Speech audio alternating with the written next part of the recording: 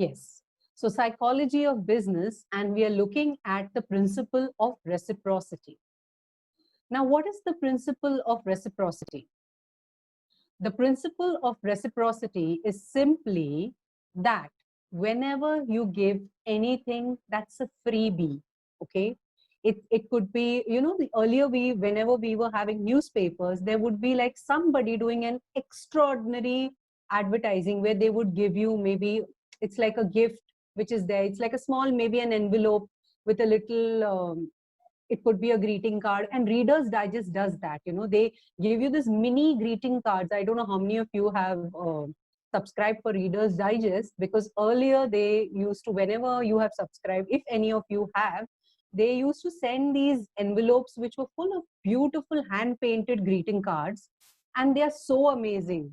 So I mean, there was a lot of meaning to that. So reciprocity, that's what the principle of reciprocity is. If you give something for free, the other person feels that they are responsible to reciprocate.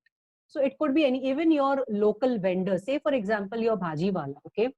He comes and, you know, he does not deliver generally, but because you are his old customer, he will, if you give him a little request, he would come and, you know, make the arrangement and get the thing delivered for you. So what is the principle of reciprocity from your side? You will definitely commit to making sure that you will buy the vegetables or fruits from him only. And even though he may not know the psychology, the human psychology, I mean, he's not done a study of it, still we operate from that principle. Okay. Now we'll look at the principle of authority. Now, whenever anybody wants to put forth their product. Say, for example, we are talking about a toothpaste, okay? We know Colgate has been using and saying that dentists are always there on their panel. So who are the dentists? They are the people, and it is always with, say, it's like, you know, how we say, there is always recommended by so-and-so.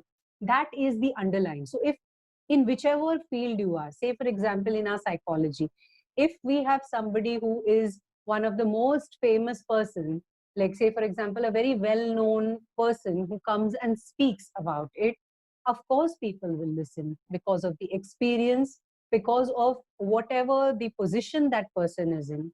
That is why the principle of authority always works. Even in the skin creams, we have seen that, you know, it has been tested by dermatologists, if you have heard. See, whether they are done or no, I don't know, that I can't claim for, but that is the principle which has been used because it always works. Okay, so principle of authority. So for example, you have a product which you want to sell. So you have somebody who is in authority, who is an expert in that field, who can come and promote that product for you. So that is how this principle of authority works. Talking about social proof. Okay, social proof is where you are giving testimonials, where people talk about the product. Okay, they say that how they felt after, say for example, attending our class. So you are giving a testimonial saying that, okay, I had a lot of fun, there was a lot of learning, cleared a lot of point of views, and I'm now ready for a new beginning. So that is a testimonial, that's a social proof. So whenever we go into any website or anything that has got to do with business, whether it is a written or a visual testimonial, that plays a very vital role in bringing people or trusting, like, you know, people. Another thing is where somebody who has come to you, okay, and has loved the service and goes and tells another person, that again, at face value, we know word of mouth is one of the most common, like, you know, thing that works in business. So that's the most cliche and common way of bringing in business. If you've done a good job, you know that another, like, you know, this person will go and tell another 10 people that yes, these people are good at this, and they will make sure that those 10 people come to you. So that is the social proofing. Now we are talking about scarcity. If you all have been to Starbucks and you all have visually seen the kind of machines, and, you know, when they say that they are brewing the coffee in a particular way and they have placed it right at the entrance where you go and you are like, you know, placing your order, you will understand that there is definitely a psychology behind that. because they are making you see and believe that, yes, this is what we do. We are exclusive. Nobody does it the way we do it. We are premier, okay?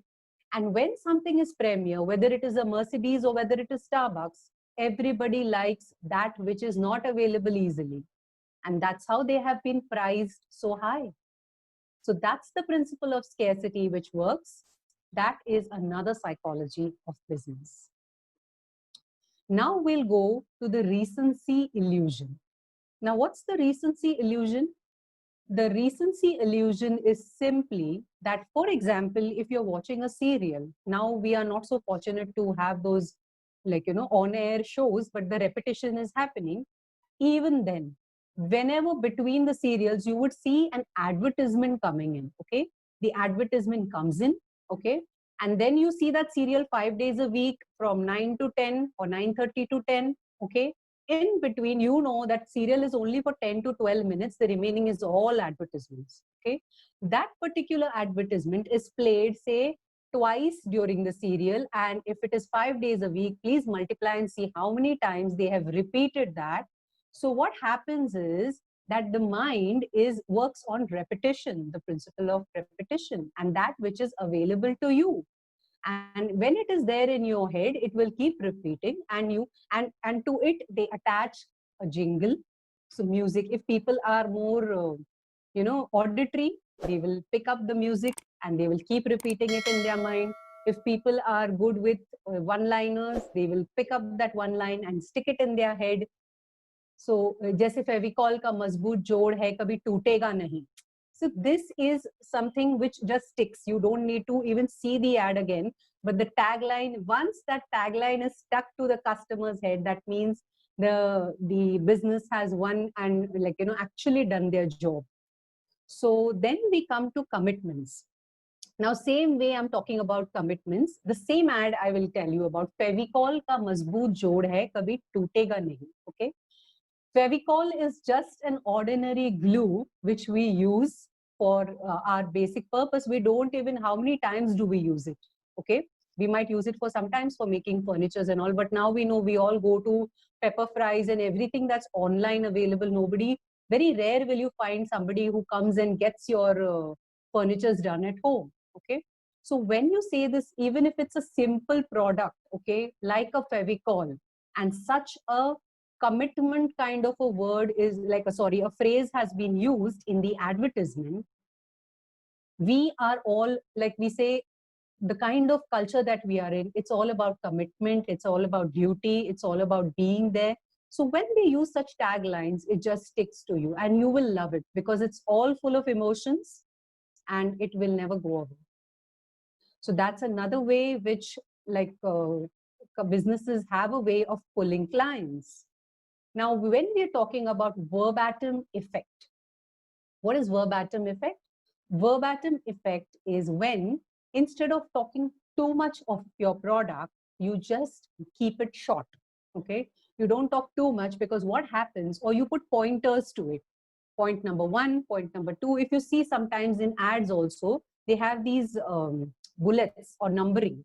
This is the benefit, this is the benefit, this is the benefit, this. So how many of us actually go online and check for 5 benefits of, treating anxiety, or 3 benefits of being healthy, or what are the 5 kinds of foods will keep you healthy? So because our mind has a way of absorbing this kind of information and putting it into the box, because it's very neatly, it's like, kaise bolte hain na, bahut अच्छे से इसको point wise, ekdam effectively it has been put. So the mind finds it very easy. Rather, if you're talking continuously about it, like point number 1, and you're telling aisa hota hai, ye hota hai, wo hota hai, you will not remember it. But say, for example, they put a visual and they write something about it, you will be able to recall. It will stick to your head and it will not come out because you have seen the visual and you've also seen a very small explanation about it. It could be just a one-liner about that particular thing. So that is what the psychology of business is all about. If